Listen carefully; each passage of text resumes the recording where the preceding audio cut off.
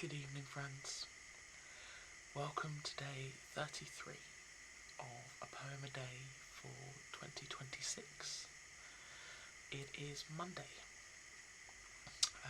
and I have just finished work. We're closing in on 6 o'clock. Finished much later than I planned to, and I am exhausted. The weekend already feels very far away, both that's just gone and is due to arrive. So I'm going to be trying to do minimal chores this evening, and we'll be hunkering down on the sofa with dinner, hopefully some cats, and something on the TV. Well, something on a streaming service. Yeah.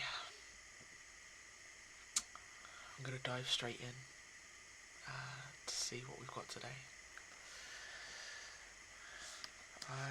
As much as I may not seem to have the enthusiasm about me, I am excited for a brand new month of poetry, and I hope you are too. Okay. So it looks like we've got ourselves another excerpt today, and it's from February by John Clare, and our blurb reads as follows. John Clare's poetry is a celebration of nature and the natural world. Clare was the son of a farm labourer in rural England and worked as a farmhand while he was still a child in the early 19th century. There is a wild streak to his poetry, which was published in the period known as the Industrial Revolution, and he presents a vision of nature undisturbed by man and by machines.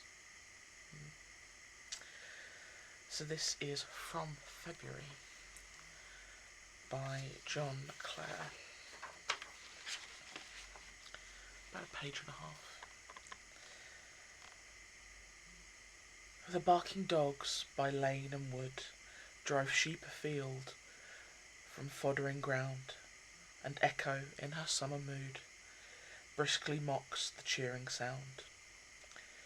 The flocks, as from a prison broke, shake their wet fleeces in the sun, while, following fast, a misty smoke reeks from the moisture grass as they run. No more behind his master's heels the dog creeps on his winter pace, but cocks his tail, and o'er the fields runs many a wild and random chase, following, in spite of chiding calls, the startled cat with harmless glee, scaring her up the weed-green walls or mossy-mottled apple tree. As crows from morning perches fly, he barks and follows them in vain. Aeon larks will catch his nimble eye, and off he starts and barks again, with breathless haste and blinded guess, oft following where the hare hath gone, forgetting in his joy excess his frolic puppy days are gone.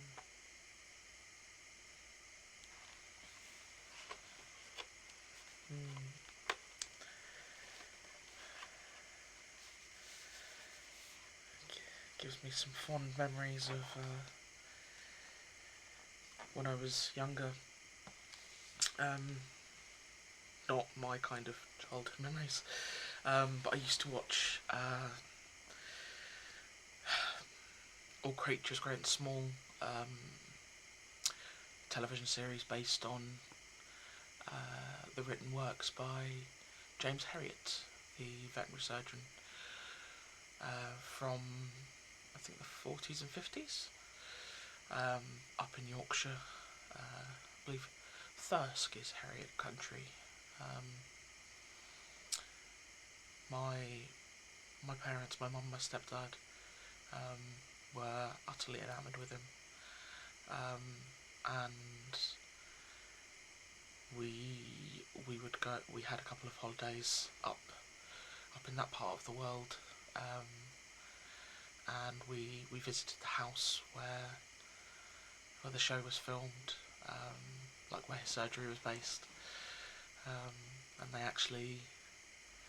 they got married in Thirsk. Turned out to be they'd turned out everything they'd booked ended up being the weekend of Thirsk's annual Dickensian festival. So my mum and stepdad decided to lean into the theme, and my mum rented a big hooped dress, and my stepdad wore top hat and tails, and so the Dickensian festival was the first weekend of December. And he spent the summer growing in a fine set of mutton chops. I remember him cursing them in August when it was very warm, but he certainly looked the part come December. Very fond memory. Yeah, it was beautiful. All the locals cheered as my parents walked up the high street after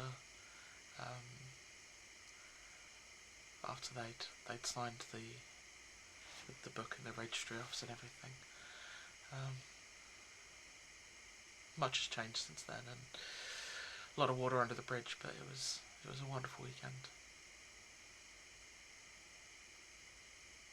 And yeah, all of that from men in the fields with dogs herding cattle. What do you know? Even tired, I can still offer you some ramblings.